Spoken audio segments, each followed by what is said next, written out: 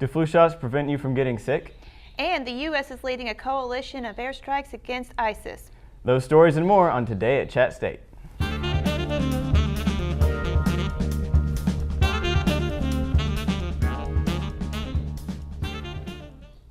Hi, I'm Ellie Perkins. And I'm Matthew Randall.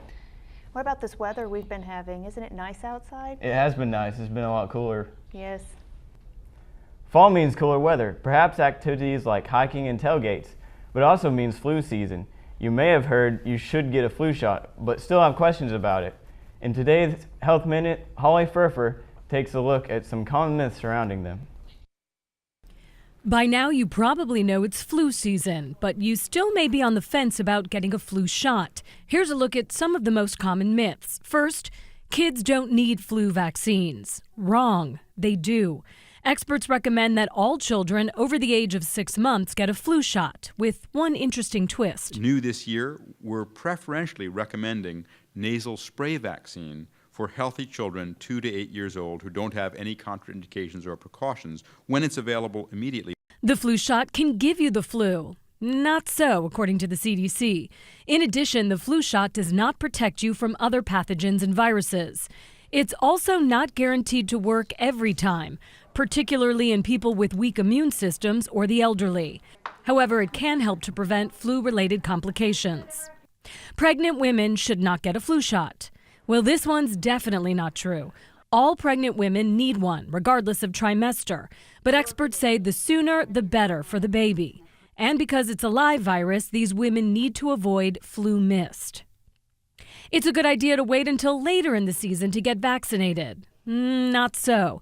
The shot will cover you all flu season long. But remember, the flu shot's protection does not take effect for 2 weeks from the time it was given. For today's Health Minute, I'm Holly Furfer. Military offensive got underway overnight in Syria, where the United States, along with several Arab nations, began an attack meant to cripple the terrorist organization ISIS. Stacey Cohen has this report from Washington, D.C. Stacey? Bombs rained on ISIS targets in Syria overnight in a joint effort between the United States and 5 Arab nations: Saudi Arabia, Bahrain, the United Arab Emirates, Jordan, and Qatar. The airstrikes focused on the Syrian city of Raqqa, which is what ISIS calls the capital of the group's self-proclaimed Islamic State. A flurry of Tomahawk missiles were launched from a U.S. naval ship in the Persian Gulf. Then fighter jets began dropping bombs. We were very, very precise, very careful about what we were dropping and making sure that we were hitting what we were aiming at. All indications so far is that we were very, very successful. But again, U.S. Central Command says there were 14 airstrikes in total. No word yet on the number of casualties. Until this point, ISIS has been able to take over cities with little resistance. ISIS seized control of Raqqa more than a year ago, subjecting civilians of the once liberal city to harsh Sharia law. In addition to strikes against ISIS, the U.S. military struck a collection of buildings west of Aleppo. Those airstrikes were against the al-Qaeda offshoot known as the Khorasan Group. A U.S. official said the group presented an imminent threat to the West. President Obama addressed the military action just before heading to New York, where he will be making 2 speeches today. The overall effort will take time. There will be challenges ahead, but we're going to do what's necessary to take the fight to this terrorist group, for the security of the country and the region and for the entire world. In Washington. Wow, I hope they make the best decision in this situation. Me too. Here's the look of just a few activities going on campus. On Friday, September 26 at 7:30, the Chattanooga State Music Facility presents an evening of classical, Broadway, and jazz favorites. Selections will be performed by members of the piano, string, woodwind, brass, percussion, and voice faculty. The event takes place in the Humanities Theater. On Wednesday, October the 1st at 8:30, the Student Government Association is hosting a breakfast and open forum.